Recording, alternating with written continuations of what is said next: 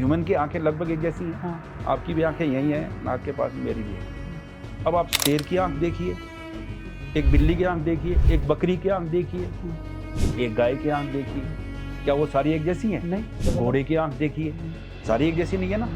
सबके एनाटॉमिकल, उनका face makeup, उनके एनाटॉमी सबकी अलग है। कि हिरण जब चल रहा तो उसकी आंखों का मूवमेंट रहता है, वो इधर देखेगा, इधर देखेगा, दोनों आंखों से अलग अलग देख रहा है। जो ही कोई खतरा लगेगा भागेगा, वो अपनी जान बचाएगा। 2001 में उनका भी ये सपना था कि वेटनरी ऑप्थेल्मोलॉजी को डेवलप किया जाए। अनफॉर्चुनेटली मैडम को ब्रेस्ट कैंसर हो गया, 2007 में शायद सी पास अवे, तो वही रुक गया। यानी 2005 के बाद में मेरा ऑप्थेल्मोलॉजी से कोई कांटेक्ट नहीं रहा। अभी भी मतलब इंडिया में ऑप्थेल्मोलॉजिस्ट की डिग्री नहीं दे रहे, ऑन पेपर कहीं ऑन नहीं पेपर है। नहीं दे रहे।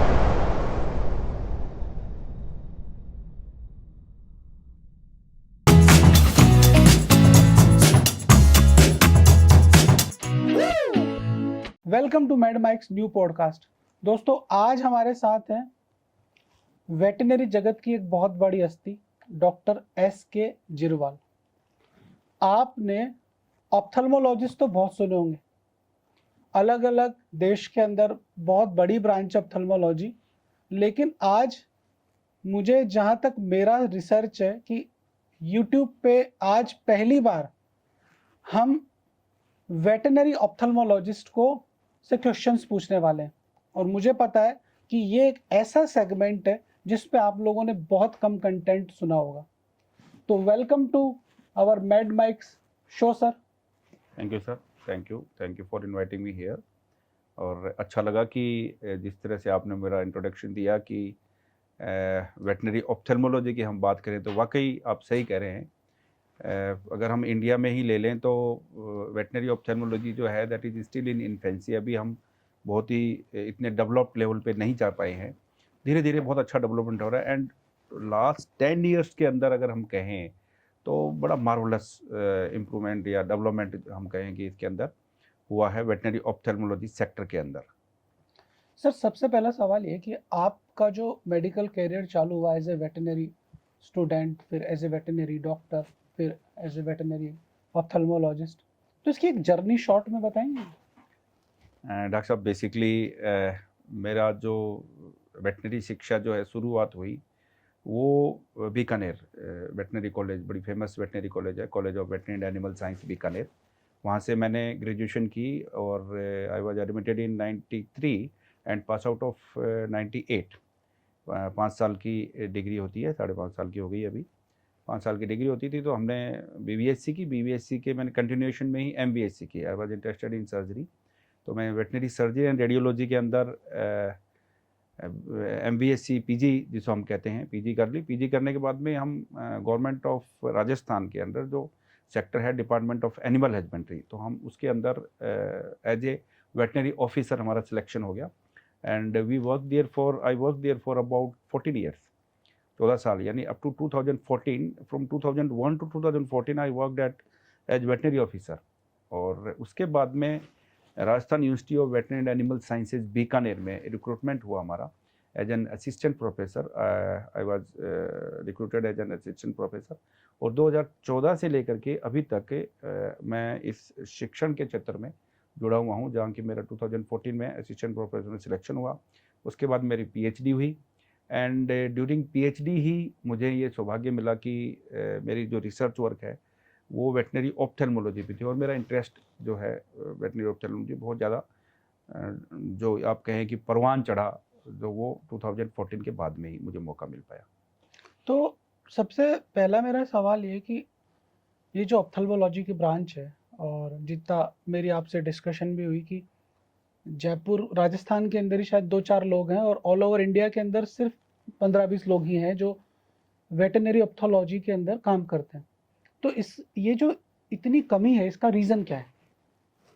रीज़न एज सच से ये नहीं कह सकते। हम ये कह सकते हैं कि बहुत ज़्यादा केसेस प्रेजेंट नहीं किए गए, पहली बात। दूसरा, फैसिलिटीज़ इस तरह की किसी भी इंस्टीट्यूट में नहीं थी कि से फॉर एग्जांपल हम कहें कि हमें वेटनरी ऑप्थेल्मोलॉजी में क्या चाहिए, डायग्नोस्टिक टूल्स चाहिए, ऑप्थेल्मोस्कोप चाहिए, डायरेक्ट इनडायरेक्ट ऑप्थेल्मोस्कोप होते हैं, फिर हमें ऑपरेटिंग माइक्रोस्कोप चाहिए, हमें फैकोइमल्सिफिकेशन मशीन चाहिए कैटरेक्ट सर्जरी करने के लिए, और कुछ दूसरे इंस्ट्रूमेंट चाहिए होते हैं। तो बेसिकली जब हम लोग पढ़ते थे तो इतने ज़्यादा इंस्ट्रूमेंटेशन वेटनरी कॉलेजेस में कहें या वेटनरी इंस्टीट्यूट्स में कहें वहाँ अवेलेबल नहीं थे। लेकिन 2014 में जब हम लोग college of veterinary animal science में आए तो वहाँ पर हमारे यहाँ एक प्रोजेक्ट चला, डिमिस का प्रोजेक्ट कहें तो। जो मेरे मेंटर हैं डॉक्टर प्रोफेसर टी.के. गहलोत साहब, तो वो एक प्रोजेक्ट लेके आए आईसीआर से। उस आईसीआर का जो प्रोजेक्ट था उसमें कुछ फंडिंग हुई, और उस फंडिंग से हमें ऑपरेटिंग माइक्रोस्कोप और फैको मशीन दिलाई गई। और फिर उसी दौरान मेरे पीएचडी का वर्क चल रहा था, तो हमारे प्रोफेसर ने हमें कहा कि आप इसी पे काम करो, कैटरेक्ट सर्जरी पे। And up to that you will be surprise कि 2014 से पहले राजस्थान में किसी ने भी कैटरेक्ट सर्जरी बाय फैकोइमल्सिफिकेशन नहीं किया था, वेटनरियन ने, किसी वेटनरियन ने नहीं। हम जब भी करते थे तो क्या करते कि किसी ह्यूमन ऑप्थेल्मोलॉजिस्ट से हेल्प लेते, उनसे करवाते, और फैको तो थी भी नहीं, हम ईसीसी और दूसरी पद्धति से जैसे हम करते हैं तो उससे करते थे। लेकिन जब फैको मशीन आई तो हमने ह्यूमन ऑप्थेल्मोलॉजिस्ट से हेल्प ली, काफ़ी लोगों से हेल्प ले करके, और इस विधा को सीखा, इस स्किल को हमने डेवलप किया, सीखा, और उसके बाद में हम इसको खुद भी करने लगे। और अब कहिए कि राजस्थान में अभी भी मुझे लगता है कि जहाँ तक मेरी नॉलेज है, मेरे अलावा कोई भी फैकोइमल्सिफिकेशन से कैटरेक्ट सर्जरी को नहीं कर रहा है अभी भी। हालांकि अभी उसके बाद में मैंने अबाउट ये कहें कि 15 स्टूडेंट मेरे निकल चुके हैं एमवीएससी के, जो कि अभी फील्ड के अंदर बहुत अच्छा काम कर रहे हैं बच्चे, और different kinds of diverse ocular affections जो है उनका ट्रीटमेंट वो कर रहे हैं, गायों में भी कर रहे हैं, स्वानों में कर रहे हैं, दूसरे सभी जानवरों में वो कर रहे हैं। तो वो हमारे स्टूडेंट हैं जो कि यहाँ इससे आगे एक्सेल कर रहे हैं धीरे धीरे। वो लोग जैसा उनको मौका मिल रहा है, पशुपालन विभाग में काम कर रहे हैं या कोई प्राइवेट सेक्टर में काम कर रहा है, तो वो वहाँ पर जहाँ भी काम कर रहे हैं वो बच्चे बहुत अच्छा कर रहे हैं अभी धीरे धीरे। तो अभी एक नई ये कहिए आप नई फोर्स ऑफ वेटनरी ऑप्थेल्मोलॉजी धीरे धीरे आ रही है। Otherwise when I started doing ophthalmology nobody was there who was performing this cataract surgery. तो मुझे सर एक चीज बताओ कि वेटनरी ऑप्थेल्मोलॉजी और ह्यूमन ऑप्थेल्मोलॉजी में दोनों में डिफरेंस क्या है? मतलब दोनों जानवर की और इंसान की आंखों में अंतर क्या है as a point of surgeon? Sir आंखों में देखिए, आंखें तो आंखें हैं, हाँ, है ना। ये बेसिकली अगर हम बात करें कि संरचना की, एनाटॉमी जिसे हम अंग्रेजी में कहते हैं, एनाटॉमी की बात करें तो बेसिक बहुत ज़्यादा डिफरेंस नहीं है। बेसिकली आंख ह्यूमन की और मनुष्य की कहें या पशुओं की कहें, दोनों की आंखें एक ही जैसी होती हैं। कुछ चीज़ें अलग होती हैं, जैसे मैं आपको थोड़ा समझाना चाहूँ। समझाओ। तो आप हमारे देख रहे हैं, मेरी आंख में देख रहे हैं, ये ऊपर की पलक है, नीचे की पलक है। सेम डॉग में भी अगर आप देखेंगे तो ऊपर की पलक मिलेगी, ये नीचे। डॉग्स में आप देखेंगे एक तीसरी पलक होती है यहाँ पर, थर्ड आईलिड जिसको हम कहते हैं।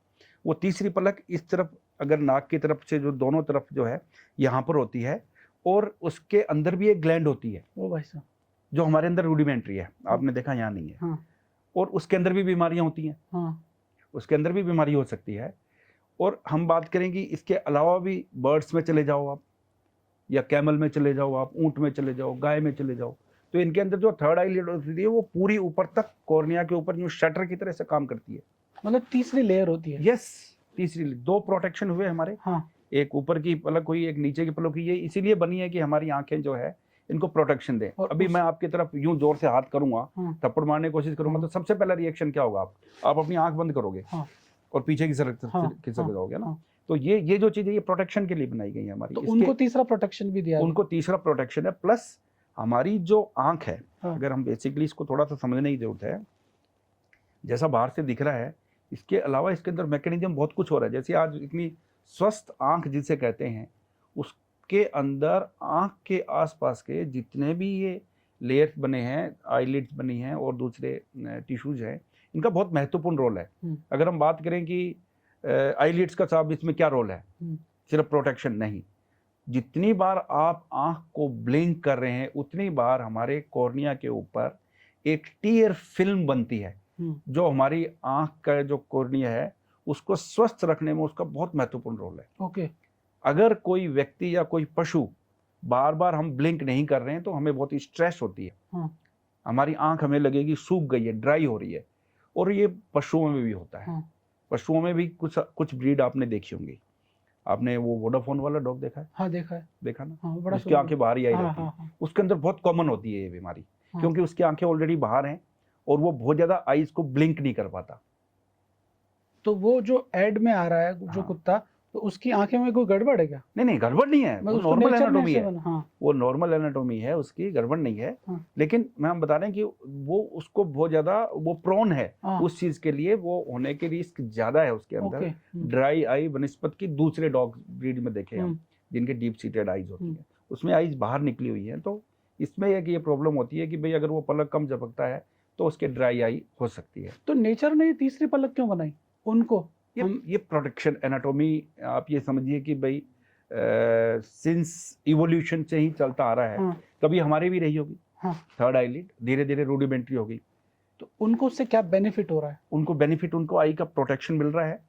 और उसके अंदर एक ग्लैंड है जो कि सीक्रेट कर रही है टीयर का एक बहुत महत्वपूर्ण आप पोर्शन समझिए, आप जिसे लिपिड पोर्शन कहते हैं, वो है इम्यूनोग्लोबिन्स उसके अंदर होती हैं।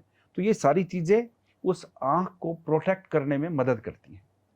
तो हमको नेचर ने वो नहीं दिया, क्या हमें उसकी जरूरत नहीं है? नहीं, हमें हमारा वो, हम उस क्लाइमेट में, हम उस तरह के वातावरण में हम नहीं रहते हैं ना। Okay. We are already protected. हम तो ये कहें ना कि मकान के अंदर रह रहे हैं, हाँ। हमें कहाँ जरूरत है प्रोटेक्शन की? ओके।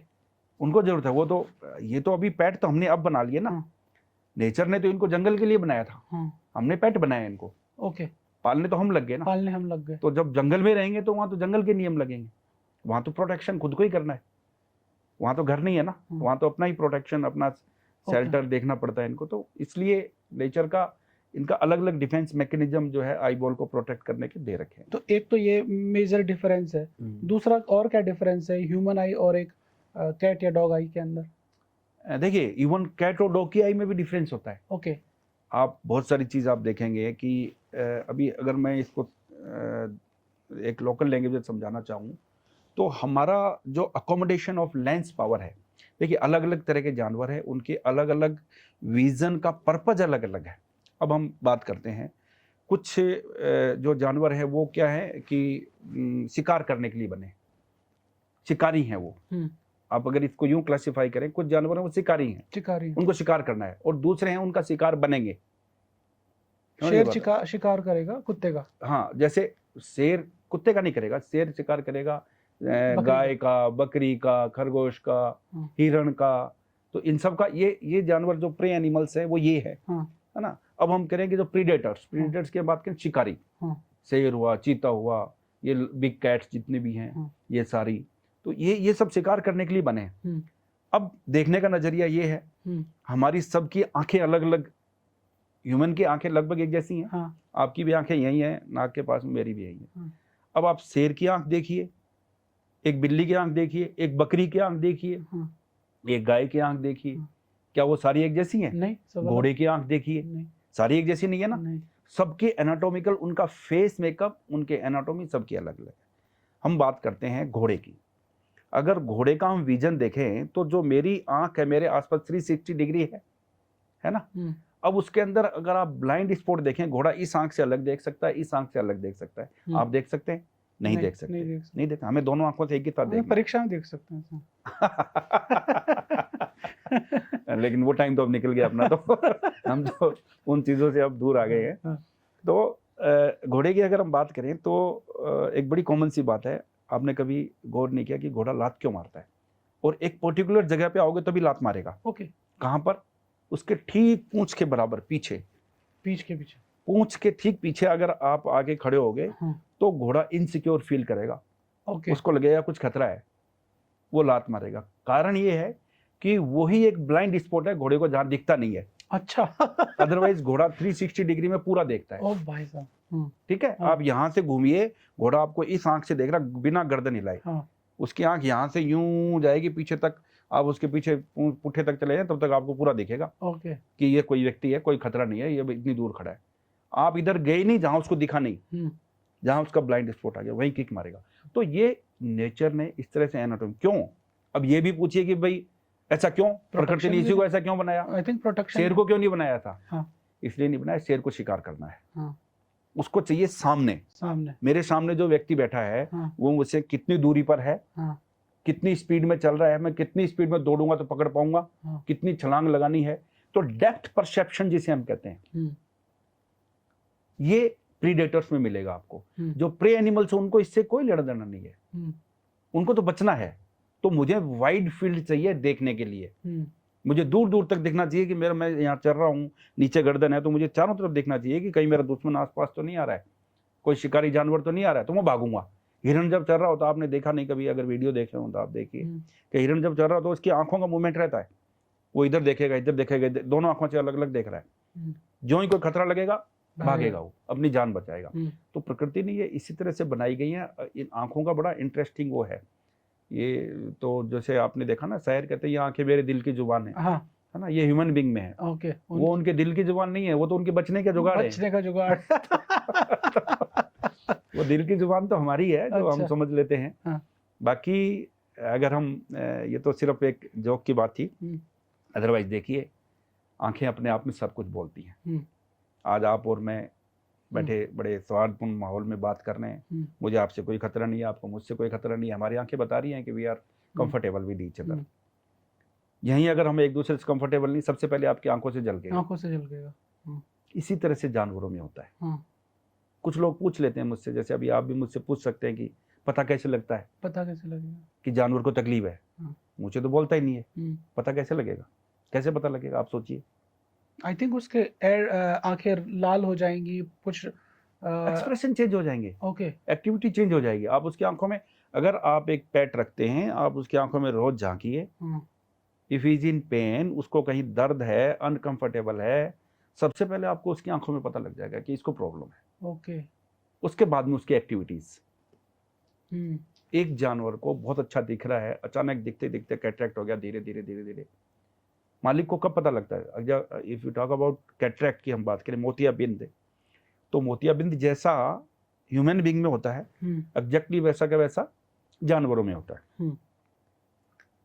आपको अगर मोतियाबिंद होगा एट द एज ऑफ 60, हमें जब होता है तो हमें धुंधला दिखना चालू हो जाता है। तो हम कहते हैं, बच्चों कहते हैं ना कि बेटा मेरे को धुंधला दिखना चालू हो गया, चलो ऑप्थेल्मोलॉजिस्ट पास। वो जाते ही बताता है कि आपको मोतियाबिंद शुरू हो गया है, आप इसकी सर्जरी करा लीजिए।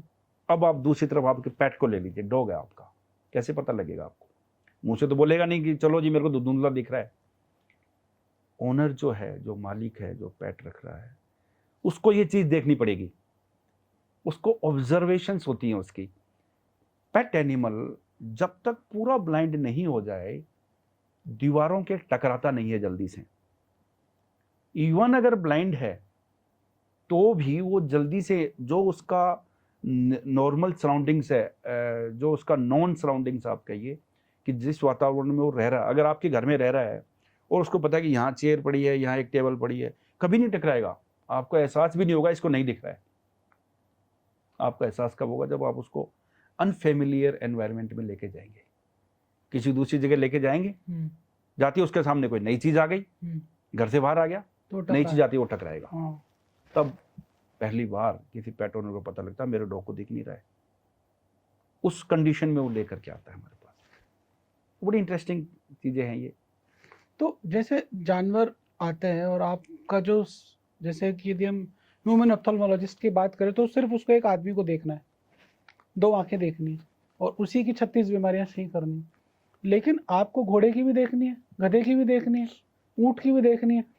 इन सब की आंखों में थोड़ा थोड़ा वेरिएशन होता है या लगभग सब में सेम होता है? नहीं, सब में वेरिएशन होता है। सबकी साइज अलग अलग होती है, सबकी साइज अलग अलग होती है। सबके जो ओक्यूलर टिश्यूज हैं उनका भी, आप कहें कि कॉर्निया की भी थिकनेस अलग होती है, स्क्लेरा की अलग होती है, तो सारी एनाटॉमी डिफरेंट होती है। बेसिक कंसेप्ट ये है कि सब में कॉर्निया होता है, सब में स्क्लेरा होता है, सब में रेटिना होता है, सब में लेंस होता है, सब में ऑप्टिक नर्व होती है, सब में ऑप्टिक डिस्क होती है। ये एक कॉमन फीचर हुआ। लेकिन अगर हम इसको और थोड़ा डीप में जाएंगे तो सबका अलग अलग संरचना होती है एनाटॉमी में, और दूसरा इनका मैकेनिज्म भी सबका। आप देखिए, आपने कभी जो अपना ये काले वाला पोर्शन है देखते हैं, इसको कॉर्निया कहते हैं।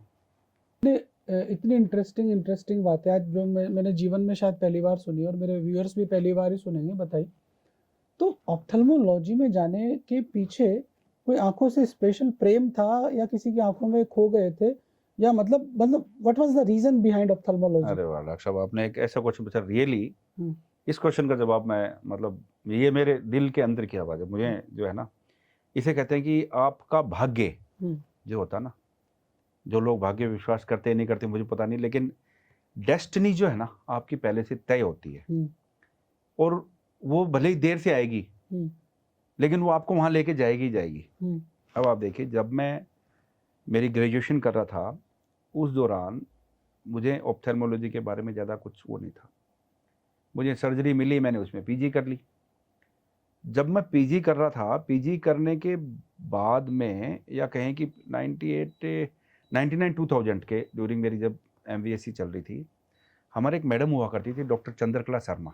ओके, मैं आज उनको याद करना चाहता हूँ दिल से, हम्म, और मैं उनका कभी फेवरेट स्टूडेंट होता था, मैडम भी मेरी फेवरेट टीचर हुआ करती थी। उनका ये कहें कि 2001 में उनका भी ये सपना था कि वेटनरी ऑप्थेल्मोलॉजी को डेवलप किया जाए, क्योंकि उस वक्त कोई नहीं था, सोचता भी नहीं था।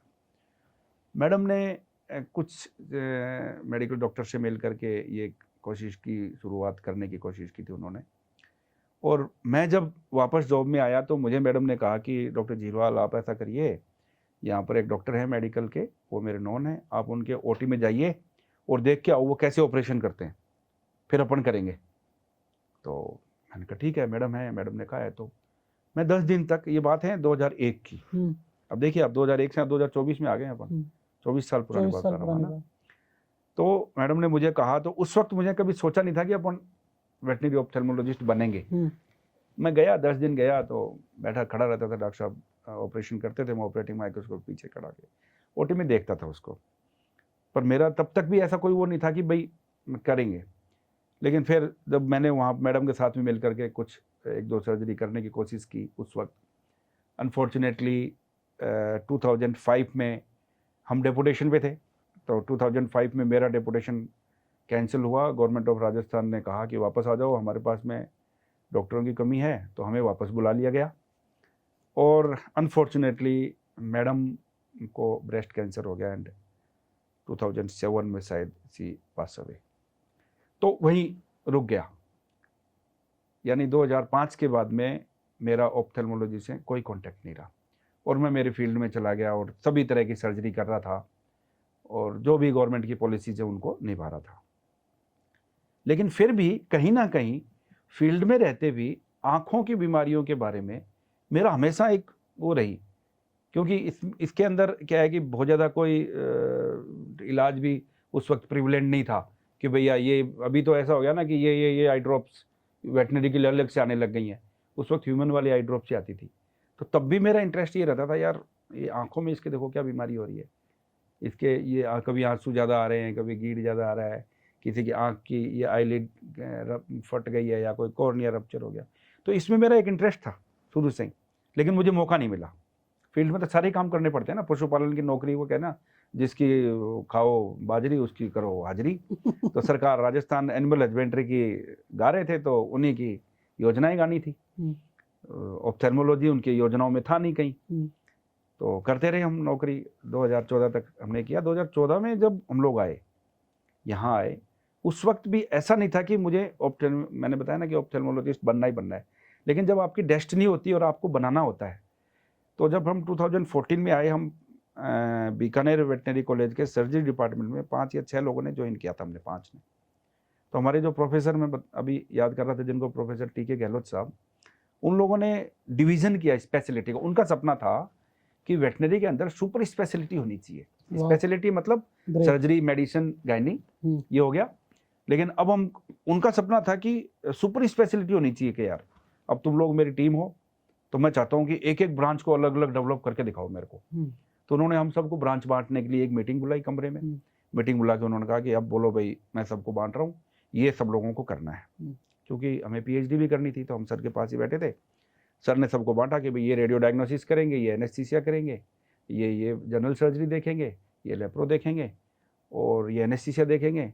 और के मैं बैठा, मैंने कहा सर ब्रांच तो सारी बंट गई, क्योंकि इतनी ब्रांच होती थी। ऑप्थेल्मोलॉजी तो कहीं पेपर पे थी नहीं ना, कि वेटनरी ऑप्थेल्मोलॉजी तो कहीं पेपर पे थी नहीं।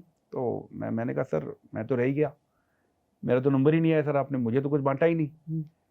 उस वक्त मुझे टचवुड आज भी मुझे वो चीज़ याद आती है कि सर ने कहा कि डॉक्टर जीरवाल मेरा सपना है कि कोई वेटनरी ऑप्थेल्मोलॉजी को डेवलप करे और मुझे लगता है तुम कर सकते हो, तो तुम इसको वेटनरी ऑप्थेल्मोलॉजी को डेवलप करो, आंख पढ़ो। शुरू में बड़ा अजीब लगा, मैंने कहा यार, क्योंकि ये बिल्कुल अनफेमिलियर ब्रांच थी हमारे लिए, हमने भी इसको बहुत ज़्यादा पढ़ा नहीं था, बहुत ज़्यादा इसके ऊपर कोई रिसर्च भी हमारे यहाँ नहीं हो रखी थी। तो हमें लगा, मैंने कहा यार फंस तो गए हैं, लेकिन आपकी तकदीर। और सर का हमें बहुत सपोर्ट रहा। सर ने हमें कहा सॉरी, उन्होंने कहा कि आप तो पढ़ो करो, बाकी हेल्प मैं करूँगा आपकी। तो उन्होंने ये सारी चीज़ें जो भी इंस्ट्रूमेंट्स चाहिए हमें वो दिए। उसके बाद में हमारी पीएचडी उसी पे हुई मेरी। और जब मैंने पीएचडी के दौरान मैं जब करता रहा, मुझे कुछ स्टूडेंट्स मिले जो पीजी करने के लिए, उनको मैंने ऑप्थेल्मोलॉजी पे वर्क कराया। तो मुझे पता ही नहीं लगा कब मेरा भाग्य मुझे ऑप्थेल्मोलॉजी फील्ड में लेता गहराई में चला गया। और धीरे धीरे ये हुआ कि मुझे आंख के अलावा कुछ भी दिखना बंद हो गया। कोई भी पशु आए, हमारे जो मेंटर्स हैं, हमारे जो कलीग्स हैं, वो कहते थे सर डॉक्टर जीरवाल की हालत ये हो गई है कि कोई फ्रैक्चर का केस भी आता है ना तो ये उसकी आंख देखता है। हम कहते हैं भाई बीमारी इसकी हड्डी में है, वो आंख क्या देख रहा है। बस मेरा ये जुनून बन गया, पैशन बन गया कि आंख आखिर है क्या इसके अंदर। तो उसके अंदर धीरे धीरे मैं चलता चला गया और आज देखिए मैं आपके सामने हूँ। सर एक बात बताइए कि जैसे आपने जो स्ट्रगल अपना बताया कि जब आपने चालू किया तो इंफ्रास्ट्रक्चर का इशू था, नॉलेज नहीं थी, मटेरियल नहीं था, स्टडी कहाँ से करें।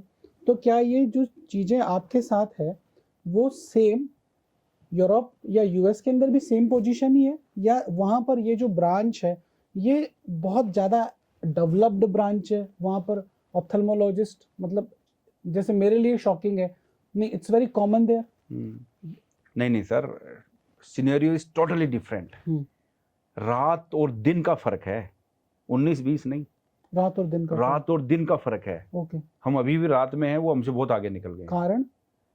अब सर कारण देखिए, वही फैसिलिटीज की बात करें हम, एडवांसमेंट की, टेक्नोलॉजी के एडवांसमेंट की बात करें हम, तो वो वेटनरी ऑप्थेल्मोलॉजी की फील्ड में हमसे बहुत आगे है। अब आप देखिए, आपके यहाँ आप मेडिकल डॉक्टर हैं, आपके यहाँ सुपर स्पेशलिटी पहले यही मेडिसिन, सर्जरी, गायनी यही होती थी। रेडियो डायग्नोसिस सर्जरी में से आपने अलग कर दिया ना, जिसमें आप ये सीटी, एक्सरे और यूएसजी ये सब करने लग गए। इसके अलावा भी बहुत सारी, अगर हम आज मेडिकल साइंस की स्पेशलिटी की बात करें तो शायद बाल से लेकर के नाखून तक स्पेशलिस्ट हैं। उनको शायद फिंगर से कोई लेना देना नहीं है, सिर्फ नाखून के स्पेशलिस्ट मिलेंगे आपको, बालों के अलग ही स्पेशलिस्ट मिलेंगे आपको। ये मेडिकल साइंस की बात कर रहे हैं। यूरोप में ये सिनेरियो बहुत पहले से था। वेटनरी ऑप्थेल्मोलॉजी की अगर हम बात करें तो वेटनरी ऑप्थेल्मोलॉजी के वहाँ स्कूल्स हैं अलग से। हमारे यहाँ हम क्या पढ़ा रहे हैं, bachelor of veterinary science and animal husbandry, bachelor की डिग्री हुई। बैचलर करने के बाद में जैसे कि हम सर्जरी एंड रेडियोलॉजी में स्पेशलिस्ट बने, वहाँ पर वो ऑप्थेल्मोलॉजी की ब्रांच है अलग से, रिसर्च सेंटर्स हैं अलग से, स्पेशलिस्ट हैं, सर्टिफाइड कोर्सेज हैं, डिग्री दे रहे हैं, डिग्री इन वेटनरी ऑप्थेल्मोलॉजी, जो कि इंडिया में अभी तक संभव नहीं हो पाई है। ओके, तो अभी भी मतलब इंडिया में ऑप्थेल्मोलॉजिस्ट की डिग्री नहीं दे रहे, ऑन पेपर कहीं नहीं दे रहे। तो इसका मतलब वहाँ पे जो जानवरों की केयर है वो भी बहुत बढ़िया तरीके से होती होगी, बट नेचुरल है, वो हमसे बहुत आगे है। वेटनरी की ही हम बात करें तो वेटनरी में आप कहें यूरोप कहें या अमेरिका कहें, आप अगर जो भी नॉलेज रखते हैं वो आप जानेंगे कि इट इज मतलब highly prestigious profession. Veterinary field जो है, आप ये देखिए कि profession, besides earning they care for their animals. वो अपने जानवरों के पेट एनिमल्स की हम बात करते हैं, इतना ध्यान रखते हैं वो लोग, वहाँ पर बहुत एडवांसमेंट है पेट एनिमल। तो उसके उसी तरह से उन्होंने अपनी साइंस को डेवलप किया। तो वहाँ पर वेटनरी ऑप्थेल्मोलॉजी अलग स्ट्रीम हो गई। बड़े जानवरों की हम बात करें तो वो बड़े जानवरों पे भी उनका इसी तरह का स्टेटस है, बहुत डेवलपमेंट, वो हमसे बहुत आगे निकल गए। जबकि हमारी जो अर्थव्यवस्था कृषि प्रधान है, और जो मेन रिसोर्सेज है किसानों को गायों से और इन चीज़ों से मिलता है, इसके बाद भी मतलब गवर्नमेंट का इधर की देखिए तरफ। सर, हमारा हम बात करें कि हिंदुस्तान है ये, हमारा आर्थिक कह लें या हमारा सोशल स्ट्रक्चर थोड़ा अलग है। हमारे यहाँ पे पशु सिर्फ पशु नहीं है, वो फैमिली का एक मेंबर है। वहाँ फैमिली मेंबर पर्टिकुलरली हम बात करें तो पेट्स हैं, हस्बैंड वाइफ मिलेंगे और उनके दो पेट है। हम क्या कहते हैं, हस्बैंड वाइफ उनके दो बच्चे।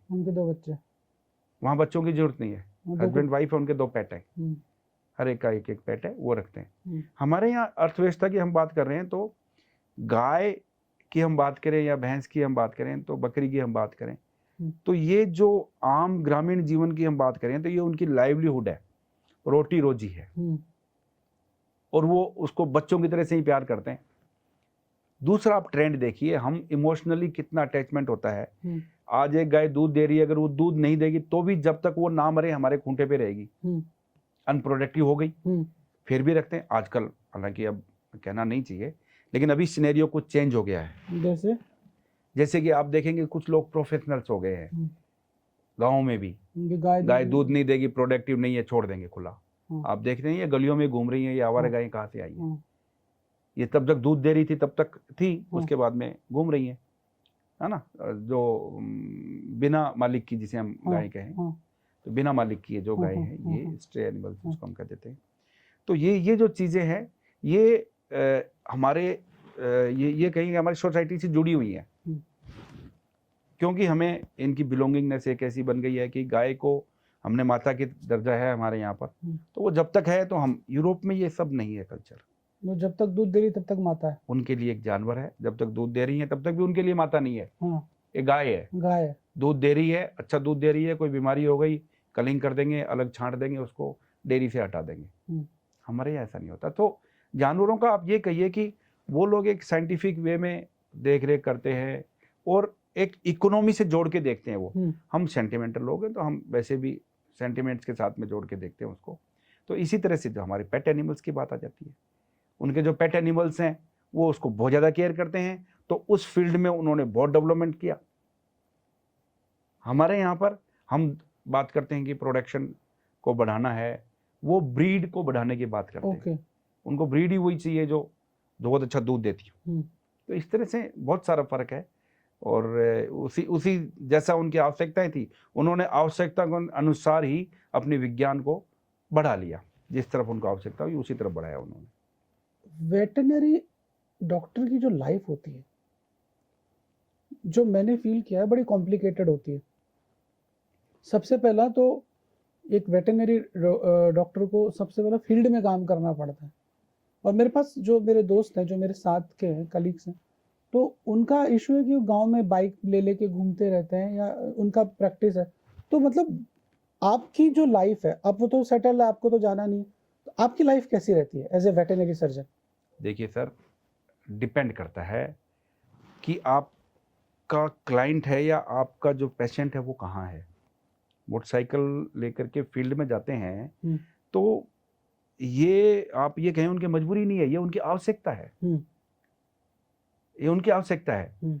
आप अभी हमने एक हॉस्पिटल खोल रखा है, ग्रामीण क्षेत्र में भी अगर कोई हॉस्पिटल है तो मेडिकल का पेशेंट उनके पास चल के आ सकता है, गाड़ी में लेके आ सकते हैं।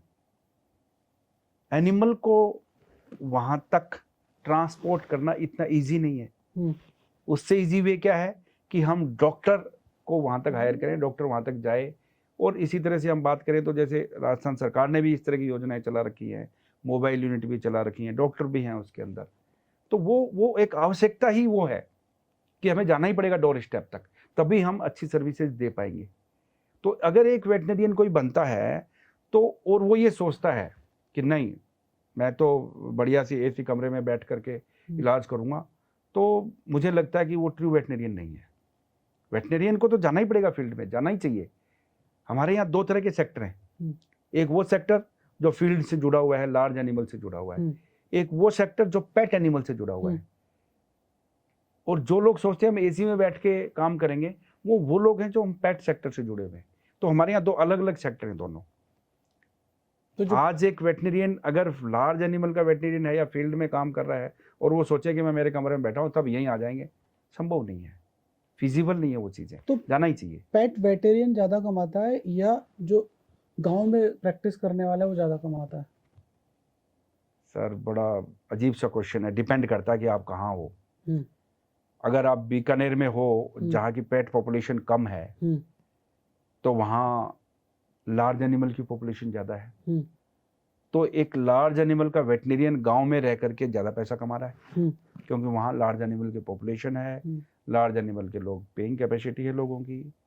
पेट को शायद इतनी पेट पॉपुलेशन ना है वहाँ पर, हम्म, तो कम होगी ना। हम्म, इसी तरह से आप जयपुर आ जाइए, हम्म, सिनेरियो इज टोटली चेंज, बदल गया ना।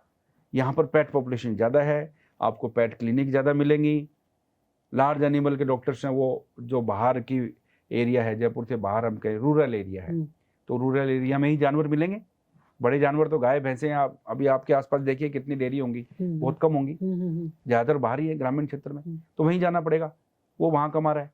और पेट ओनर जो है यहाँ कर, अभी हम बात करें कि पेट ओनर और पेट प्रैक्टिस की, लार्ज एनिमल की प्रैक्टिस अभी भी काफ़ी इंप्रूवमेंट हुआ है, लेकिन अभी भी वो ठीक है, उसी ट्रेडिशनल वे में चल रही है, जाएगा डॉक्टर इलाज करेगा और ये सब करेगा, इतना बार बार उसको देख नहीं पा रहा है, ऑब्जर्व नहीं कर पा रहा है।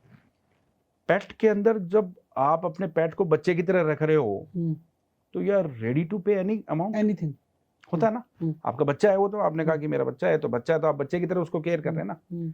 अब उसकी वैल्यू बच्चे जैसी हो गई है, जो कि शायद अभी तक, शायद मुझे लगता है कि लार्ज एनिमल में गाय भैंस है उसकी एक फिक्स वैल्यू है, एक बकरी है उसकी एक फिक्स वैल्यू है।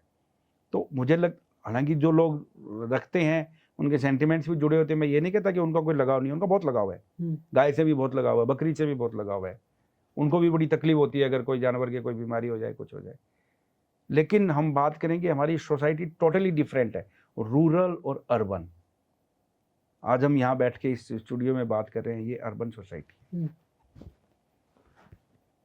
ये अगर हम बात करें विलेज लेवल पर तो ये सारी फैसिलिटीज शायद ना हो अवेलेबल।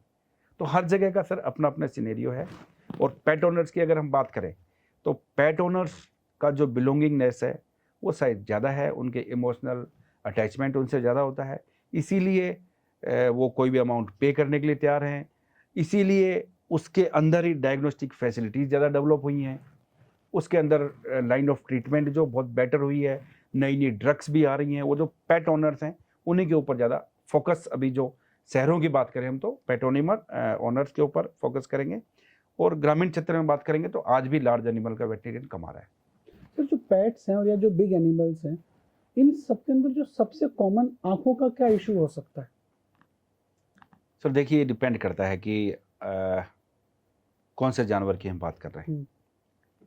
जैसे कि हम बात करें अगर जो घास चरने वाले हैं, खेतों में जो घास चर रहे हैं, गाय है, बकरी है, भैंस है, तो मोस्ट कॉमन क्या होता है, फॉरेन बॉडीज, कोई भी चीज़ आंखों में गिर गई, ये बड़ी कॉमन है।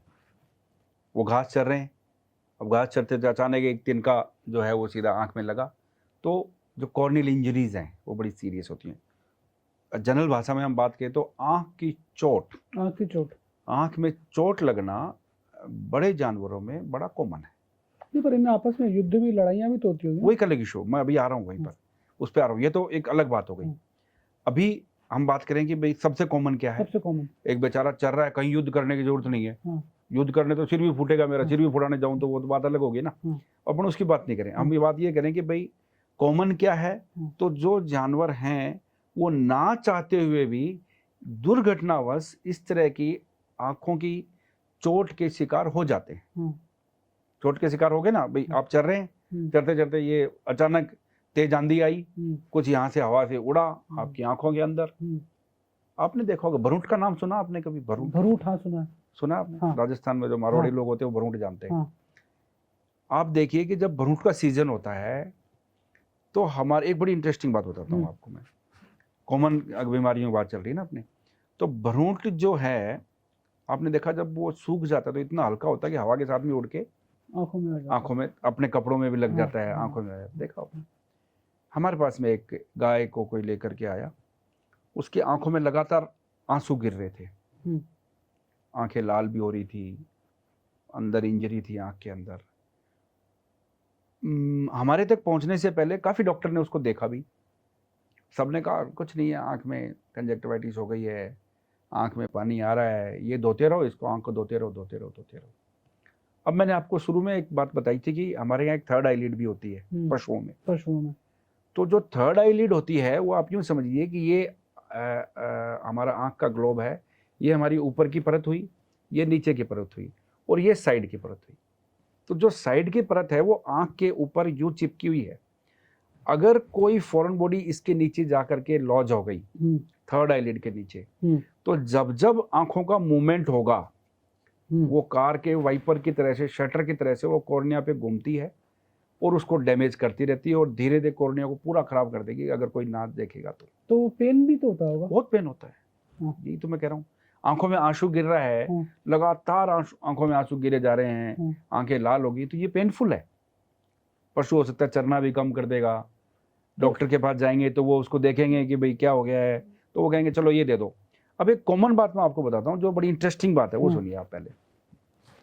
बरूट को किसी ने नहीं देखा कि आंख में क्या है, हमारे पास लेकर के आए तो हमें सबसे पहले लगा, मैंने कहा इतने दिन से इतनी दवाइयाँ लगा दी हैं, अभी तक इसकी आंखों में आंसू गिरना बंद भी नहीं हुए, कोई इंप्रूवमेंट भी नहीं हो रहा। हमने फिंगर को क्लीन करके ग्लव्स पहन के थोड़ा जेंटल उसको जब देखा, अंदर एग्जामिन किया, बरूट बाहर निकला। जब तक बरूट चाहे आप कितनी मेडिसिन करते रहें ठीक होगा ही नहीं। जो ही हमने उसको बाहर निकाला 15 दिन के अंदर एनिमल तैयार, आंख बच गई। नहीं देखते तो आंख पूरी खराब हो जाती, पूरी डैमेज हो जाती। तो ये कॉमन हुई, यानी दुर्घटना होगी कॉमन बड़े जानवरों में बात करें हम। इसके अलावा आपने कहा कि युद्ध होता है, इनमें लड़ पड़ते हैं, ऐसी भी बहुत आती है। लड़ेंगे, लड़ने के कारण भी आंख सींग है लग गए या कहीं किसी दूसरे पेड़ से टकरा गए, उससे भी हो जाता है। ये हुई बड़े जानवरों की बात।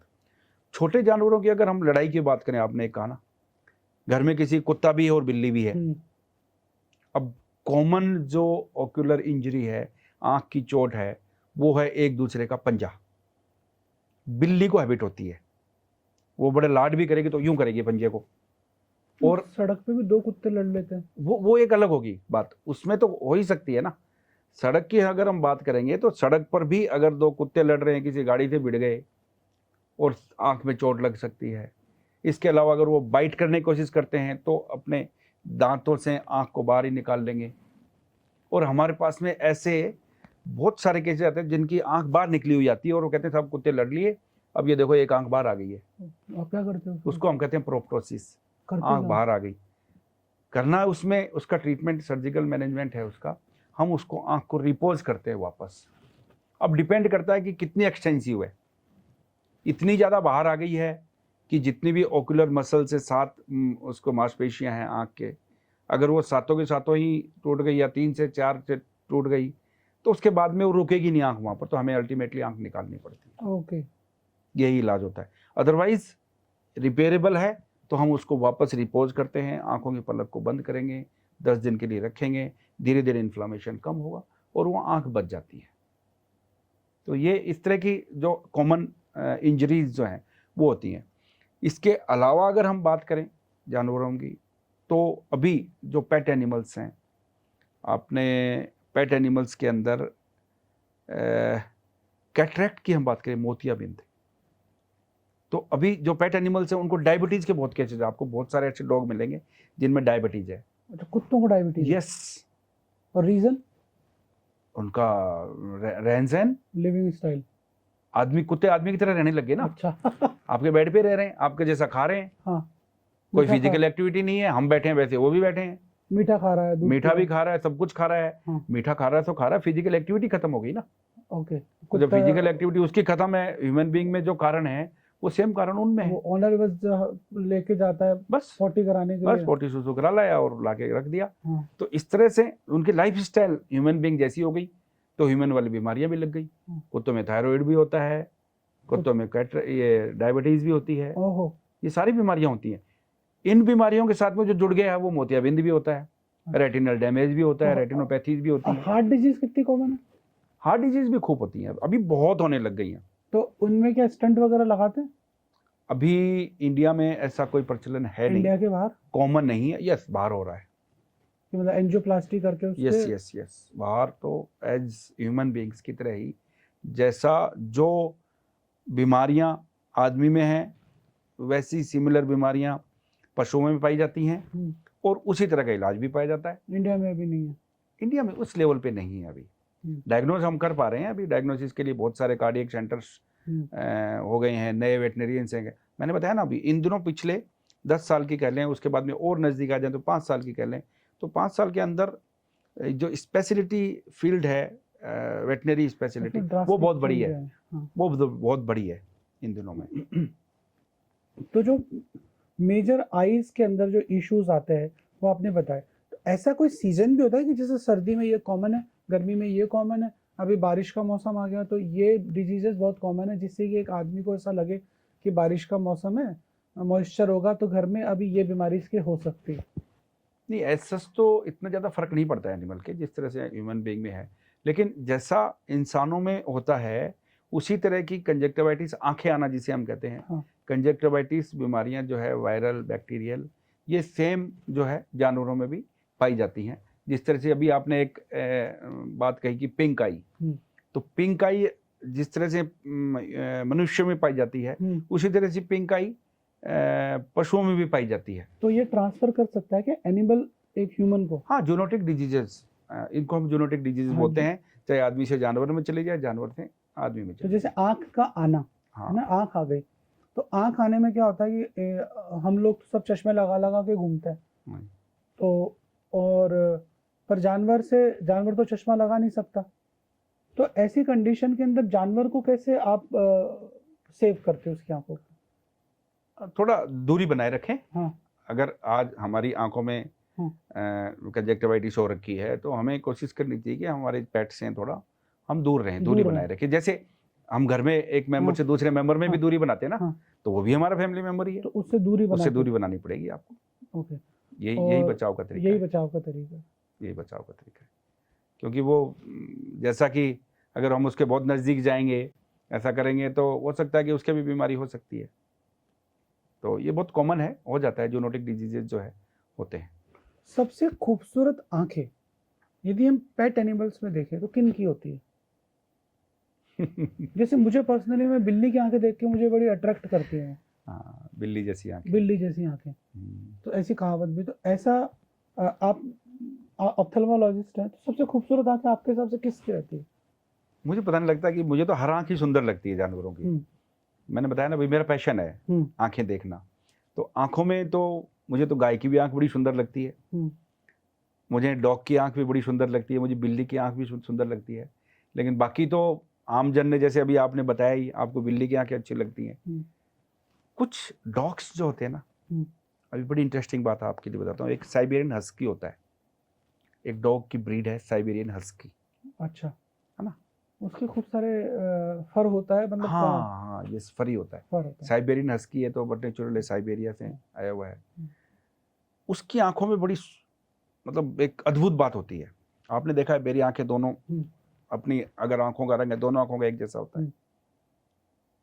घोड़े की आंख देखोगे तो यूजुअली कॉमन नहीं है। साइबेरियन हस्की एक ऐसी ब्रीड है ये बहुत कॉमन है, उसकी एक आंख अलग कलर की, सफेद कलर की होगी, एक ब्राउन कलर की होगी। ओके, दोनों आंखें अलग अलग कलर की होती हैं। आंखें बड़ी सुंदर होती हैं उसकी, अगर दोनों एक कलर की हैं तो भी सुंदर लगती हैं, अलग अलग कलर की तो भी सुंदर लगती हैं, तो बड़ी सुंदर लगती है। इसके अलावा आप किसी भी जानवर की देख लीजिए, बिल्ली की आंखें तो आपने बता ही दिया सुंदर है। इसके अलावा अलग अलग ब्रीड की आंखों की अलग अलग सुंदरता है।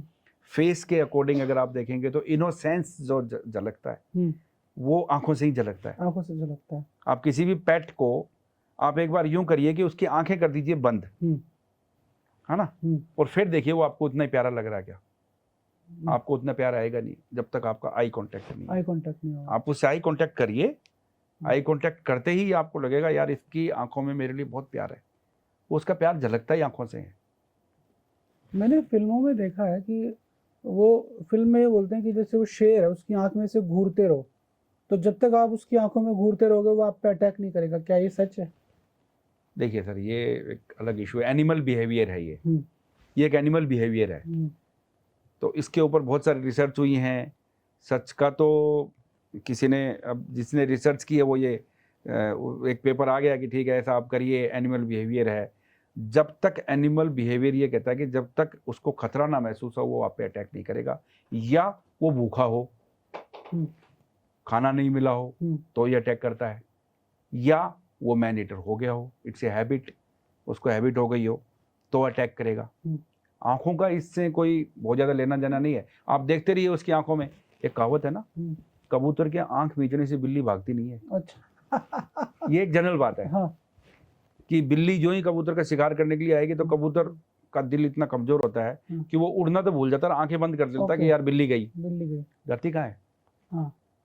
वो खा जाती है उसको, खा जाती है उसको। तो मतलब ये मिथ है। ये इसके अंदर कुछ सच्चाई हो सकती है। मैंने कहा ना एनिमल बिहेवियर ये है कि आप उसकी आंखों में देख रहे हैं तो आपकी बॉडी से एक ये भी एक एनिमल बिहेवियर या कहें कि ह्यूमन साइकोलॉजी को एक वो आती है कि आप किसी भी डॉग को देखिए, आप शेर की तो चलो आपने इतना एक्सपीरियंस नहीं हुआ होगा, लेकिन डॉग से आपका एक्सपीरियंस जरूर हुआ होगा। आप किसी डॉग से जाइए, वो आपके पीछे भाग रहा, आप अचानक खड़े हो जाइए, जल्दी से आपके ऊपर अटैक नहीं करेगा।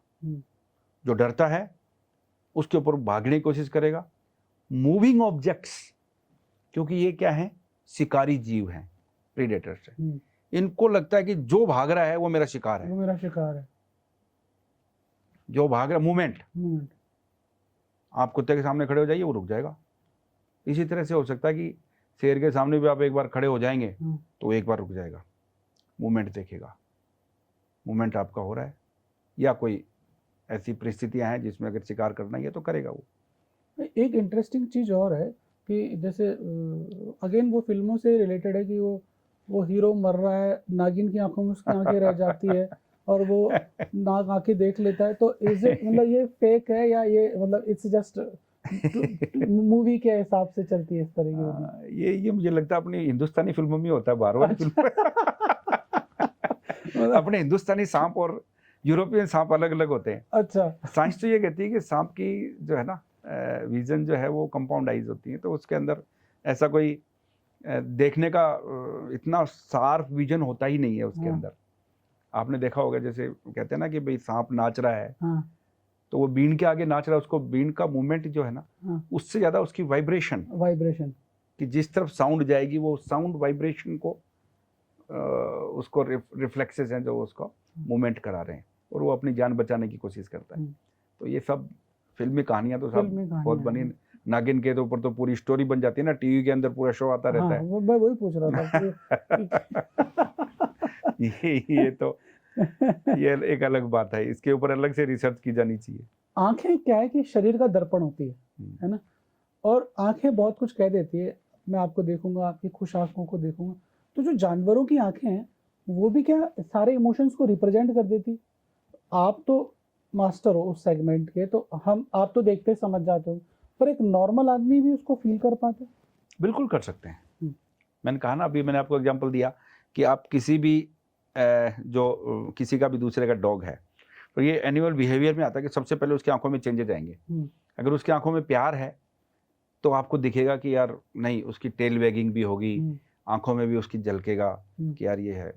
जो ही वो आपके ऊपर अटैक करने की सोचेगा उसकी आंखों में एकदम से फ्यूरियसनेस आ जाएगी, आपको पता लग जाएगा यार मामला कुछ गड़बड़ है, ये अपने ऊपर अटैक कर सकता है। अगर वो सारी चीजें सिंक्रोनाइज होती हैं, साउंड चेंज हो जाएगी, आंखों का इंप्रेशन चेंज हो जाएगा, टेल के मूवमेंट्स चेंज हो जाएंगे, बॉडी का पोस्चर चेंज हो जाएगा। तो ये एक अलग सब्जेक्ट है कि इसका तो ये समझिए कि अगर आप देख पा रहे हैं तो ये सारी चीजें आपको नोटिस करनी पड़ेंगी, और अगर नहीं तो सिर्फ आंखों की तरफ ही देखते रहेंगे तो हो सकता है कि बड़ा कुछ इंसानों की तरह होते हैं ना, देखने में बड़े प्यारे लगते हैं, होते बहुत खतरनाक है, बड़े खतरनाक। उस तरह से कुछ जानवर भी इस तरह के होते हैं, उनकी आंखों में तो बड़ा प्यार झलकता है लेकिन कब काट लेंगे पता नहीं लगेगा आपको। तो कभी इस धोखे में नहीं रहना चाहिए, अनप्रिडिक्टेबल बिहेवियर भी होता है। जैसे आपने बात करी कैटरेक्ट की है ना, तो कैटरेक्ट ह्यूमंस में एजिंग के साथ साथ आ रहा है, दूसरे जो मेटाबॉलिक फैक्टर्स है वो भी एसोसिएटेड है। तो जो एनिमल्स है उसके अंदर भी सेम प्रोसेस रहता है, वो एजिंग के साथ साथ कैटरेक्ट डेवलप होगा? हाँ, ज़्यादातर अगर हम मोतियाबिंद की बात करें जिसे हम कैटरेक्ट कर रहे हैं, उसकी पैथोफिजियोलॉजी हम अगर कहें तो वो लगभग इंसानों जैसी होती है। कारण की बात करें तो भी लगभग इंसानों वाले ही हैं। एजिंग भी एक कारण है, डायबिटीज भी जैसे मैंने आपको बताया एक कारण है, हेरिडिटरी भी एक कारण है ना, इस तरह से होते हैं। अगर हम बात करें एजिंग की, जैसा आपने कहा इंसानों में एक एज के बाद में होता है, बच्चों में भी होता है, कैटरेक्ट तो बच्चों में भी होता है, लेकिन ये कॉमन है कि 60 प्लस या 70 प्लस के आसपास हम जो ही गए तो हमारी आंखों के अंदर मोतियाबिंद आना चालू हो जाता है, चेंजेज आते हैं। इसी तरह से हम बात करें स्वान की, डॉग्स की, तो डॉग की आंखों में भी लगभग हमारी जो रिसर्च कहती है 8 साल के बाद जो भी डॉग है उसके अंदर और कैटरेक्ट डेवलप होना स्टार्ट हो जाता है धीरे धीरे। ये एजिंग, इसको हम कहते हैं सेनाइल चेंजेस जो है ना, इसको हम कहते हैं सेनाइल कैटरेक्ट। 8 साल के बाद में अगर कोई डॉग है और उसके अंदर दूसरा कोई कारण आपको नजर नहीं आ रहा है कैटरेक्ट का, तो हम कह देते हैं ये सेनाइल चेंजेस है, ये सेनाइल कैटरेक्ट। तो बिल्कुल जैसे ह्यूमन में भी होता है तो सेनाइल कैटरेक्ट अलग होता है, मेटाबॉलिक कैटरेक्ट है तो अलग होगा। इसी तरह से अगर डॉग्स में भी है तो वो कैटरेक्ट सेनाइल कैटरेक्ट आएगा, बुढ़ापे का रोग है। और डॉग्स की हम बात करें तो इनकी ऑन एन एवरेज उम्र की अगर हम बात करें तो 12 से 14 साल। तो हम ये मान लेते हैं कि 8 साल का जो डॉग है वो नियर अबाउट 70s में 80s में चला गया, तो उसके वो कैटरेक्ट आना स्टार्ट हो जाएगा, धीरे धीरे धीरे धीरे मोतियाबिंद हो जाएगा। तो इनमें भी क्या लेंसेज लगते हैं? यस, करेक्टिव सर्जरीज के अंदर? Yes, exactly. Cataract surgery human और डॉग्स की बिल्कुल एक जैसी होती है। वही मशीन है, वही फैको मशीन है जो इंसानों में होती है, वही इंस्ट्रूमेंट्स हैं, वैसे ही लेंस निकाल रहे हैं 2.8 mm इंसिजन से हम निकाल रहे हैं, same process, quality of lens is also same machine, quality of lenses भी सेम होती है, डिपेंड होता है उसके लेंस के पावर पर। ह्यूमंस में अगर हम कहें कि मैक्स देखेंगे तो 16 से ऊपर बहुत कम जाते हैं, 16 डायप्टर हम कहते हैं कि 16 डायप्टर के ऊपर के लेंसेज बहुत कम इंसानों में लगते हैं, 16 के बाद में मैक्स शायद 26 तक जाता होगा। डॉग्स में हम बात करें तो हमारा कॉमन डॉग का जो लेंस है उसका रिसर्च करने के बाद में एक यूनिवर्सल डायप्टर है, that is 40 to 41, max to 42, उससे ऊपर डायप्टर की हमें जरूरत नहीं पड़ती। तो इतने डायप्टर के पावर का लेंस जो है वो सफिशिएंट है हमारे डॉग के अंदर। लेंस जो इंट्राओकुलर लेंस इम्प्लांट कर देते हैं हम, उसके बाद में उसको देखने में कोई दिक्कत नहीं होने वाली, उसको बहुत अच्छा दिख जाता है। इससे ये यूनिवर्सल डायप्टर है एक इसके अंदर। एक पेट ऑनर को या एक एनिमल ऑनर को जैसे हम बात करते हैं कि यार साल में एक बार आंखों की जांच करानी चाहिए, तो इन लोगों को कब एक ऑप्थेल्मोलॉजिस्ट के पास फ्रीक्वेंट विजिट करना चाहिए, फ्रीक्वेंसी क्या रहनी चाहिए? बहुत अच्छा क्वेश्चन पूछा। देखिए हमारे क्या होता है, थोड़ा सा आंख में पानी आया, थोड़ी सी जलन हुई, तो हम फट से ह्यूमन ऑप्थेल्मोलॉजिस्ट के पास पहुंच जाते हैं, कहते हैं सर देखिए हमारे आंखों में बहुत दिन से पानी आ रहा है ना, या मुझे स्ट्रेस फील हो रही है आंखों में। एनिमल ये बोल के नहीं बताएगा, लेकिन वो एग्जिबिट करेगा साइंस एग्जिबिट कैसे होते हैं? एपिफोरा जिसे हम कहते हैं, लगातार आंखों में पानी गिरते रहना, आंखों में आंसू आते रहेंगे, लगातार आते रहेंगे, आंखों में लाल रेडनेस आ जाएगी, आंखों में गीड़ ज्यादा आएगा, गीड़ जैसा हो जाता है ना, जैसे अपने गीड़ होता है, आंखें चिपचिपी रहने लग गई हैं, या आंखों की जो पलक हैं ये पलक में स्वेलिंग आनी स्टार्ट हो गई है, सूज गई है, जिसे हम कहते हैं ये सूज रही है। तो आंखों में पलकों में कोई सूजन आ रही है, वो भी एक बीमारी है। या आंखों का रंग बदली हो रहा है, ये चीज हमें देखने की जरूरत है कि आंखों का रंग बदली हो रहा है, आंख के अंदर कोई घाव नजर आ रहा है आपको बाहर से। तो ये सारे कॉमन क्लिनिकल सिम्टम्स हैं जो कि एक आम पशुपालक को या एक पेट ओनर है उसको ऑब्जर्व हो जाते हैं, वो देख लेता है। तो सबसे कॉमन मैंने कहा ना, आंखों में आंसू आ रहे, कोई भी इंजरी होगी, कोई भी एलिमेंट होगा आंख का, तो सबसे पहले आंखों में आंसू आने स्टार्ट हो जाएंगे। इरिटेशन होगी तो इरिटेशन का रिफ्लेक्स जो है वो आंसू है। अब आंसू आ रहे हैं, आपने देखा ही नहीं आंसुओं को, तो आ रहे हैं, कोई बात नहीं, 2 बार आंख धो देंगे, कोई ड्रॉप डाल दी, ठीक हो गया, नहीं हुआ नहीं होगा। वो उन आंसुओं से लगातार आते रहने से आंखें ड्राई हो सकती हैं, आंखों में इन्फेक्शन हो सकता है, और वो दूसरी बीमारियों को जन्म देती हैं जो कि बड़ी सीरियस कंडीशन हो जाती है। जैसे मैंने ड्राई आई, मैंने आपको बताया ना, ड्राई आई, आंखों का सूखना एक बहुत बड़ी बीमारी है जो कि पेट ओनर्स को पता ही नहीं लगता कि कब आंखों में गीड़ आ रहा था, धीरे धीरे सूखती सूखती कॉर्निया पूरा ड्राई हो जाता है और लास्ट स्टेज जिसे हम कहते हैं केरेटोकंजक्टिवाइटिस का, जब आँख पूरी सूख गई, आँख का कॉर्निया कंप्लीट क्रैक्स पड़ जाते हैं, उसके अंदर पस जैसा दिखना चालू हो जाता है और वो फिर इरिपेलेबल इंजरी हो जाती है, फिर वो ठीक नहीं होता। अगर ये इस तरह से कॉर्निया डैमेज हो गया तो फिर नहीं होता। तो एक आंसू से शुरू हुआ था, हमने नहीं ऑब्जर्व किया, वो अंधा हो गया, दृष्टि गई। तो जैसे कि रूटीन वे में डॉग्स का वैक्सीनेशन होता है, ठीक है, कैट्स का भी वैक्सीनेशन होता है, तो मतलब हर पेट ओनर को साल में एग्जैक्टली मतलब बिना किसी तकलीफ के डॉक्टर के पास, ऑप्थेल्मोलॉजिस्ट के पास कब जाना चाहिए? रूटीन चेकअप के लिए। रूटीन चेकअप के लिए, यस, रूटीन चेकअप के लिए हम जाते हैं। हमारे डॉग के, अब मैंने बताया ना आपको, कैटरेक्ट एक ऐसी बीमारी है जो हमें बहुत पहले पता लग जाती है।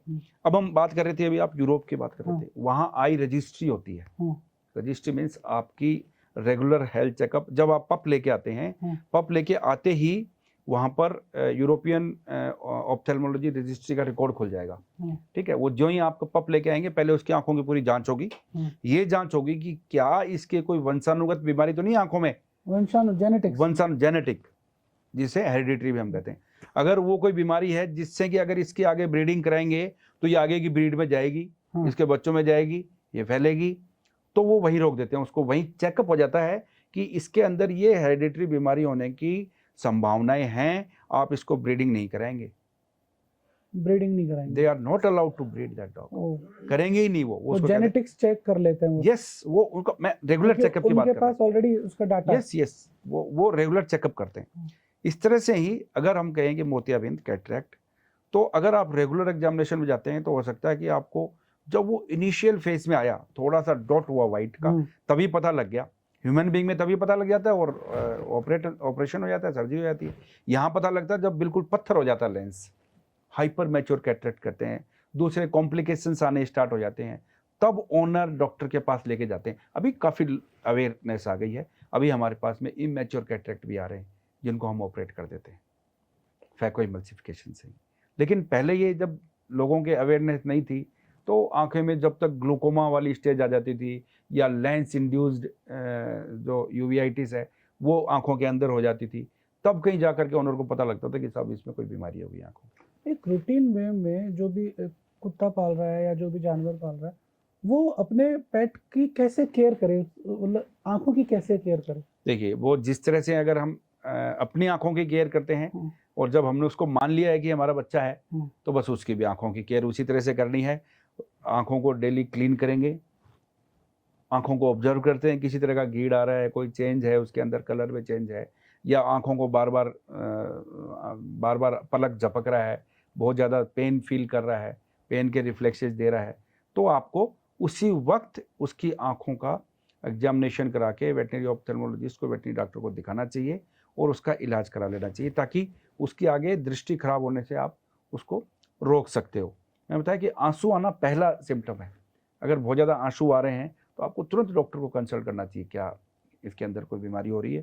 डॉक्टर बता देगा कि इसके अंदर ये प्रॉब्लम है, इसको आप यहीं ठीक कर लीजिए तो ठीक हो जाएगा। आंसू की आपने बात करी, तो जो ह्यूमन इमोशंस है वो आंसुओं में निकल जाते हैं, तो क्या जो पेट्स के इमोशंस है वो भी आंखों के आंसू से निकलते हैं? क्या जानवर भी रोते हैं? हाँ, अगर हम बात करें इमोशनली तो हाँ, साइंटिफिकली ना। ओके, विज्ञान कहती है नहीं रोते, जिसे हम कहते हैं इमोशनल टीयर्स।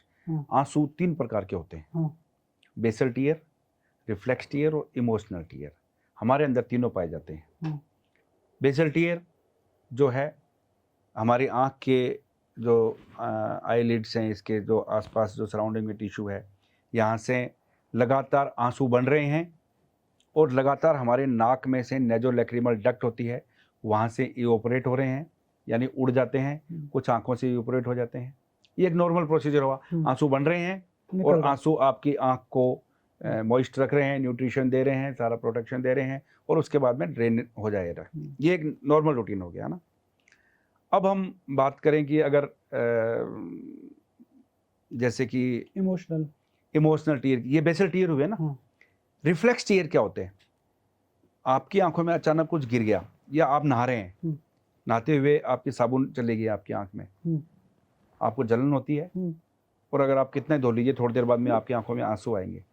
ये है रिफ्लेक्स टीयर, यानी किसी स्टिमुलस यानी कोई ऐसी चीज़ हमारी आंखों में गिरी जिससे कि हमारे आंसू निकले। और निकले क्यों? ये भी प्रकृति ने एक प्रोटेक्शन का कारण बनाया है। हमारे आंख में छोटा सा कोई कण गिर गया तो प्रकृति उसको वॉश आउट करने की कोशिश कर रही है। हमारी बॉडी जो है वो उसको कह रही है कि ये चीज़ हमें नहीं चाहिए आंख में बाल गिर गया, वो नहीं चाहिए ना आंख में, उसको निकालना है, उसको तुरंत प्रभाव से निकालना है। तो तुरंत प्रभाव से निकालने के लिए क्या होगा? फ्लश आउट करना है। बाहर से पानी तो जानवर को मिलता नहीं है ना, तो हमारी आंख क्या कर रही है? बहुत ज़्यादा टीयर बना रही है, इसको कहते हैं हम रिफ्लेक्स टीयर। तीसरा जो टीयर है वो इमोशनल टीयर, हमें दुख हुआ, हमारी आंखों में आंसू आता है। इस तरह के टीयर्स जो है वो पशुओं में साइंटिफिक स्टडी के अनुसार नहीं पाए जाते। लेकिन मैंने मूवीज में देखा कि डॉग्स जब कोई मर बस वो मूवीज में ही है, ओरिजिनल लाइफ में ऐसा नहीं होता। सैडनेस होती है, सैडनेस होती है, यस, नो डाउट। हाँ। डॉग को भी सैडनेस होती है, कैटल को भी सैडनेस हो सकती है, लेकिन आंसू का इससे कोई लेना देना नहीं है। आंखों में आपको दिखेगा उसके कि सैड है। जैसे हम सुबह उठते हैं और आंख धोते हैं, अभी जानवर तो उठ के आंख धोता है नहीं, तो उसकी क्या नेचुरल प्रक्रिया होती है जिससे उसकी आंखें अपने आप क्लीन रहती है? वो मैंने बताया ना आपको, कंटिन्यूस आंसू बन रहे हैं, आंसू क्लीन कर रहे हैं आपकी आई को और ड्रेन हुए जा रहे हैं। ये एक नेचुरल प्रोसेस है, ठीक है। तो ये कंटिन्यूस बनता आ रहा है अनटिल अनलेस कि इसके अंदर कोई हमारे इन्फेक्शन हो गया या कोई इरिटेशन हो गई, उससे हमें ऐसा लगेगा कि यार जो है कुछ जो ये नॉर्मल प्रक्रिया है बनने की और इसको डिस्चार्ज करने की, इसके अंदर अगर कहीं गड़बड़ हुई है तो ही कोई अफेक्शन होगा आंसुओं से संबंधित, अदरवाइज नहीं होगा। सर मैंने कुछ गायों के अंदर देखा है कि उनकी गायों के अंदर मांस बढ़ा हुआ रहता है, मतलब आपको ऐसा दिखेगा कि लाल लाल सा कुछ मांस का टुकड़ा सा निकल रहा है, तो ये क्या होता है और उससे क्या उनकी आंखों पे फर्क पड़ता है? ये आपने बहुत अच्छा क्वेश्चन पूछा है। इसमें देखिए आप, ये जो आपने बीमारी बताई है मांस बढ़ा हुआ है, इसको हम डर्मोइड बोलते हैं। डर्मोइड होता है, और डर्मोइड जो है वो यूजुअली कंजेनाइटल होता है। कंजेनाइटल मतलब at the time of birth, बचपन से, जन्म के साथ ही, और वो उसके अंदर आएगा। डर्मोइड का मतलब ये है कि हमारी आंख आपको दिख रही है, इसके अंदर कुछ भी नहीं है, नीचे पलक ऊपर पलक और आंख बिल्कुल आपको ये कॉर्निया स्क्लेरा यही दिखेगा। उसके अंदर आपको ऐसा दिखेगा एक मांस का टुकड़ा, मांस की झिल्ली जैसी आंख के अंदर आ गई, और उसमें बाल भी हैं, जैसे बाहर चमड़ी पे बाल हैं अपने गाय के, वैसे के वैसे बाल उसके अंदर हैं। अब आप सोचिए कि हमारा कॉर्निया इतना सेंसिटिव है, अगर एक बाल गिर जाए तो हमें कितनी तकलीफ होती है। उसके अंदर तो पूरा मांस है और उसके अंदर पूरे बाल हैं, फिर उसको बहुत तकलीफ होती है उसके अंदर। तो आप कैसे मैनेज करते हैं उसको? अभी आप कहेंगे जब से वेटनरी का थोड़ा ये डेवलपमेंट हुआ है ऑप्थेल्मोलॉजी का, इसका हम सर्जिकल ट्रीटमेंट करते हैं। अभी मैं आपको बताऊं कि जोधपुर में एक गौशाला है, जो लोग जोधपुर के आसपास के हैं वो जानते होंगे, पन्नालाल गौशाला मंडोर में, बहुत बड़ी गौशाला है। उस गौशाला में हमने 2018 में गायों के अंदर जो नेत्र रोग हो रहे हैं उसके ऊपर एक परमार्थ रिलीफ सोसाइटी है, उसके सहयोग से हमने वहाँ पर ये कहिए कि किसी भी गौशाला में इंडिया का पहला गायों की आंखों के लिए ऑपरेशन थिएटर दानदाताओं की मदद से उन्होंने बनाया। और हमने वहाँ पर इस तरह के जो सर्जरीज होती है जैसे डर्मोइड है, कैटरेक्ट है, ये करना स्टार्ट किया। तो अब डर्मोइड की अगर हम बात करें तो डर्मोइड का जब कंजेनाइटल है उसी वक्त अगर इलाज कर दिया जाए तो पशु की आंख और उसकी ज्योति को पूरा बचाया जा सकता है। अदरवाइज वो क्या करेगा, धीरे धीरे बार बार इरिटेशन होगी, टच होगा और वो कॉर्निया को पूरा डैमेज कर देते हैं बाल जो है। तो उसका एक सर्जरी हो जाती है, हम उस झिल्ली को पूरी को हटा देते हैं, सर्जरी से पूरी झिल्ली हटा देंगे और उसके बाद में आंख बिल्कुल नॉर्मल हो जाती है और पशु को बहुत अच्छा दिखना चालू हो जाता है। और अगर नहीं करेंगे तो धीरे धीरे जैसे मैंने आपको बताया, तो ये जो अवेयरनेस है वो पशुपालक को मतलब जैसे ही वो बॉर्न हो रहा है तभी से पता रहनी चाहिए। हाँ, तभी पता लग जाता है, तो लोगों को पता रहता है। हाँ, यस, पता लग जाता है कि ये है। लेकिन कुछ लोगों को ये लगता है कि यार इसका कोई इलाज ही नहीं है, क्या करेंगे। तो लेकिन अभी बहुत इलाज है, फील्ड में भी कॉमन है। हाँ, वो कॉमन है फील्ड में। अभी हम जैसे अभी हमने आपको पहले ही बताया था कि फील्ड में हमारे जो स्टूडेंट्स हैं आज वो वेटनरी ऑफिसर्स लगे हुए हैं, वो कर रहे हैं। आप उनसे संपर्क करिए, और बहुत सारे दूसरे वेटनरी डॉक्टर भी, ये बड़ी सरल सी सर्जिकल प्रक्रिया है, कोई उसमें बहुत ज़्यादा जटिलता नहीं है, कर सकते हैं और कर भी रहे हैं। लोगों को अवेयरनेस होनी चाहिए कि इसका इलाज जितना जल्दी हो सकता है हमें करा लेना चाहिए ताकि उसकी आंखों की ज्योति को बचाया जा सके। अभी जो यंग वेटनरी डॉक्टर्स आ रहे हैं तो उन लोगों को आप ऑप्थेल्मोलॉजी से रिलेटेड क्या मैसेज देना चाहेंगे और वो क्या गलतियां कर रहे हैं? देखिए, ये बड़ी एक सबसे ज़रूरी चीज़ है कि जब हम वेटनरी कॉलेज से निकलते हैं हमारे बच्चे, तो लगभग आप यूँ समझिए फ्रैक्चर के बारे में बहुत पढ़ेंगे, जनरल सर्जरी के बारे में बहुत पढ़ेंगे, बाकी चीज़ों के बारे में बहुत पढ़ेंगे। लेकिन ऑप्थेल्मोलॉजी के ऊपर इतना जोर नहीं दिया जाता था, क्योंकि न तो इस तरह के कोई ज़्यादा इलाज संभव थे, न लोगों के अवेयरनेस थी कि वो आँखों को दिखाने के लिए आएँ।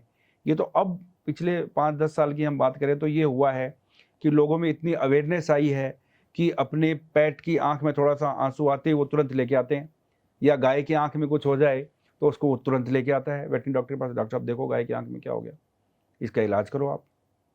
और इलाज की सुविधाएँ भी हो गई हैं, वेटरनरी हॉस्पिटल में भी हो गई हैं, और दूसरे जो पेट क्लिनिक्स हैं शहरों में, इनमें भी हो गई हैं, लोग करने लग गए हैं, मेडिसिनल ट्रीटमेंट बहुत अच्छा कर रहे हैं। रही बात सर्जिकल ट्रीटमेंट की, तो जो स्पेशलिस्ट हैं वो लोग कर रहे हैं, अभी करना स्टार्ट हो गए हैं धीरे-धीरे।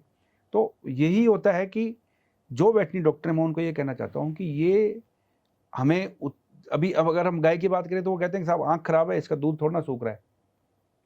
आँख खराब होने से दूध थोड़ा ना सूख रहा है, प्रोडक्शन पे कोई फ़र्क नहीं पड़ रहा। हाँ, तो हो सकता है कि मालिक और डॉक्टर दोनों ही ध्यान नहीं दे रहे। अरे भाई, दूध तो नहीं सूख रहा है, लेकिन इसको जो पीड़ा हो रही है, उसको एहसास कीजिए आप, उस पीड़ा का एहसास देखिए।